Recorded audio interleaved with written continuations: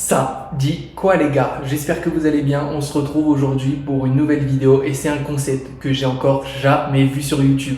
Le concept est très simple, cette vidéo s'arrêtera lorsque j'aurai trouvé un meilleur croissant qu'en France. Et ça risque d'être très dur à trouver parce que, on le sait, à la France on est les boss de la viennoiserie.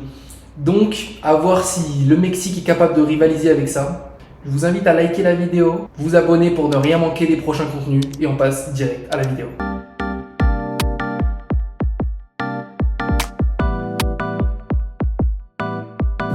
Alors, le premier croissant auquel on va s'attaquer, il nous vient tout droit d'un supermarché. C'est évidemment le croissant en paquet, le classique. Celui-là, il m'aura coûté 22 pesos. Donc, il me semble qu'il y a 3 unités dedans, donc 22 pesos pour 3. On commence par quelque chose, on le sait, de sûrement pas incroyable. La vidéo ne devrait pas s'arrêter là. Goûtons-le. Ok, donc voici son petit packaging. Rien d'incroyable. Ils appellent ça croissantine. Voilà. Bah non, ça c'est pas validé du tout. Donc voilà notre petit croissant. Je vous le dis, à la texture, on est sur un pain au lait, donc ça va être un pain au lait au chocolat. Donc franchement, je vais être dur dans la vidéo. Il faut qu'on trouve un meilleur croissant qu'en France, ou du moins aussi bon. On se goûte ça. Pour le décrire, c'est très simple. On est sur un peach au chocolat.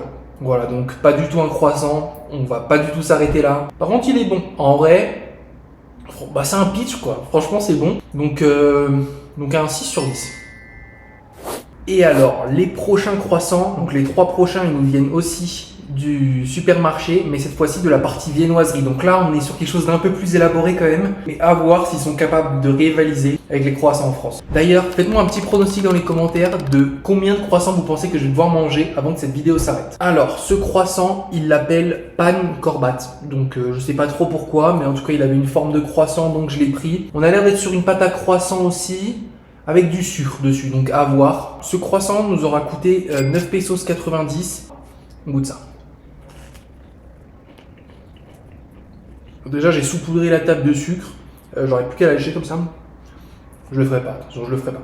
Il est vachement bon, en vrai, pour un truc de supermarché, de rayon viennoiserie de supermarché, c'est vraiment pas mal. Mais on n'a pas ce goût croissant, on sent pas le beurre du croissant. Il est très bon, je vais lui mettre un 7, mais on va devoir passer au croissant suivant.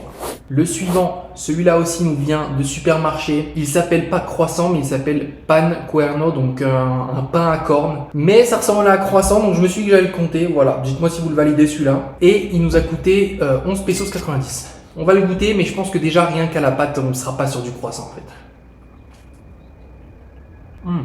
Alors jusqu'à maintenant, c'est ce qui se rapproche le plus d'un croissant. Il est très bon.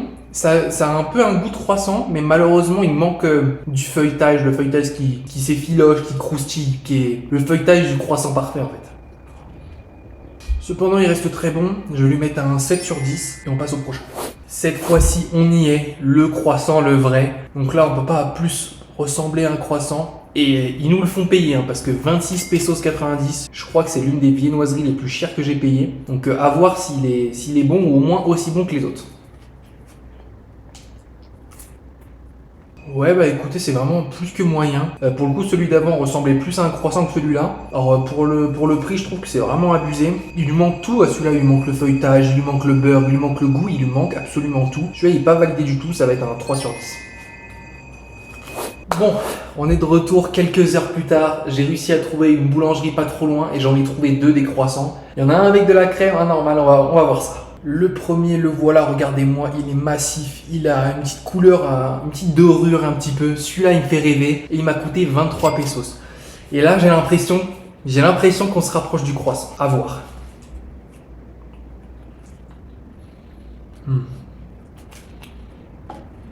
Alors, le feuilletage, il est pas parfait, mais au moins il est là, on se rapproche vraiment du croissant. Le goût est bon, mais par contre, il lui manque encore du beurre. Un bon croissant, faut qu'il y ait du beurre, que ce soit beurré, qu'on s'étouffe avec le beurre. Il est très bon, mais c'est toujours pas celui-là le croissant parfait. Je lui mets un 8 sur 10.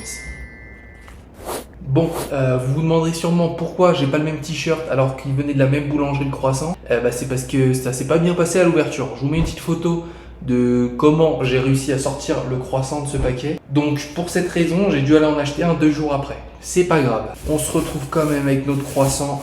Le voilà. Alors on est 2 jours après, mais si je me rappelle bien, le croissant en lui-même était vraiment très bon. Je crois que je lui avais mis un 8. Celui-là, il est fourré à la crème pâtissière. Ça veut dire que avec le même croissant plus fourré à la crème pâtissière, on a potentiellement notre banger. En tout cas, on l'espère parce que bon, un peu ras-le-bol de me balader dans la ville quoi. On se le goûte, croise les doigts.